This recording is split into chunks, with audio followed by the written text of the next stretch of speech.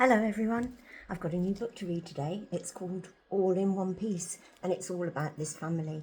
They're called the Large Family and they're all, have a look, what do you think they might be? They're all elephants, aren't they? The Large Family, and this book is called All in One Piece and it's written by somebody called Jill Murphy and she is what we call the author. Now, I think she might have drawn the pictures as well, which would make her also the illustrator, because we call the person that draws the pictures in a book an illustrator. Okay, so here we go.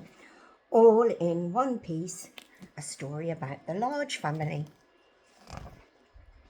Mr. Large, there he is, putting his tie on. He's got his smart trousers and his shirt. Mr. Large was getting ready for work. "Don't forget the office dinner dance tonight, dear," he said. "Of course I won't," said Mrs. Large. And there's Mrs. Large. Look, she's in bed and all the children are clambering all over her already, first thing in the morning. "I've been thinking about it all year," said Mrs. Large. "Are children allowed at the dinner dance?" asked Lester. That's one of the children. "Oh, no," said Mrs. Large. "It'll be too late for little ones." "What about the baby?" asked Luke. "Granny is coming to take care of everyone," said Mrs. Large. "So there's no need to worry." And there she is, making sure they're all quite happy and they know that they don't have to worry. There they all are. Oh, look, this little one's having an egg, I think, for his breakfast. Do you like eggs for your breakfast? Anyway, Granny arrived at tea time.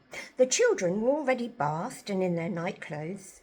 Granny gave them some painting to do while she tidied up, and Mr. and Mrs. Large went upstairs to get ready. Do you like painting? There they are. There's the children's paints. And there they are, all talking to Granny. They're all pleased to see Granny, I think, aren't they? Luke sneaked into the bathroom while Mr. Large was shaving. "Will I have to shave when I grow up?" he asked, patting foam onto his trunk. "Go away," said Mr. Large. "I don't want you ruining my best trousers." There he is, look, asking Dad if he'll have to shave when he grows up. The baby crept into the bedroom where Mrs. Large was putting on her makeup. Mrs. Large didn't notice until it was too late. Oh no, look what the baby's done. Have you ever done that? Put somebody's makeup on all over your face? Look, there's Mrs. Large doing hers. Look, she has to use her trunk like an arm, like we would. "Look," said the baby, "pretty." "Don't move," said Mrs. Large, "and don't touch anything." Outside on the landing, things were even worse. Laura was clopping about in Mum's best shoes and beads, and Lester and Luke were seeing how many toys they could cram into her new tights. Oh no, that's a disaster. There they are, look. Poor Mrs. Oh gosh, have a look at her face. She doesn't look very happy, does she? "Downstairs at once," bellowed Mrs. Large. When you bellow, that means you say it really loud. "Can't I just have one night in the whole year to myself? One night when I'm not covered in jam and poster paint? One night when I can put on my new dress and walk through the front door all in one piece?" And there she is. Look, this is her new dress. It's rather lovely, isn't it? And there are the children. I think they're all looking a little bit sorry. They probably need to apologise to their mum, don't they? Look at all the toys they got into her new tights. The children went downstairs to Granny. Mr. Large followed soon after, very smart in his best suit.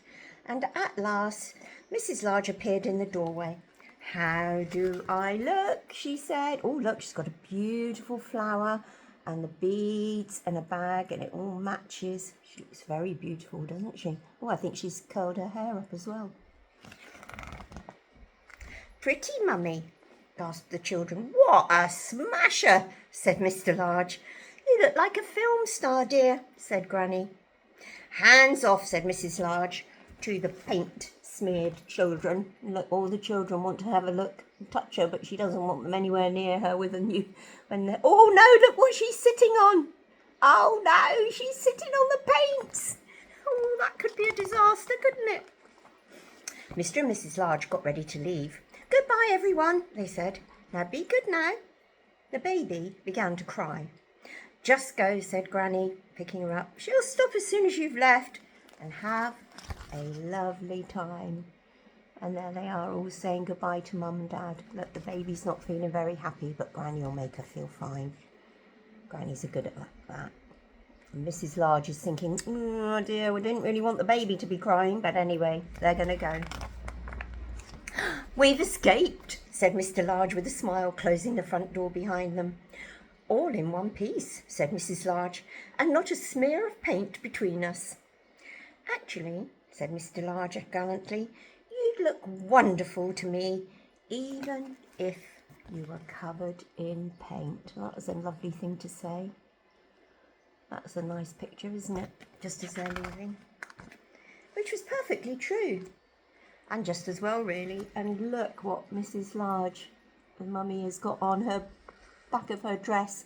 She's got all of the paints that she sat on the paint pot. Anyway, I hope that you like this story about the Large family. I've got some more coming up.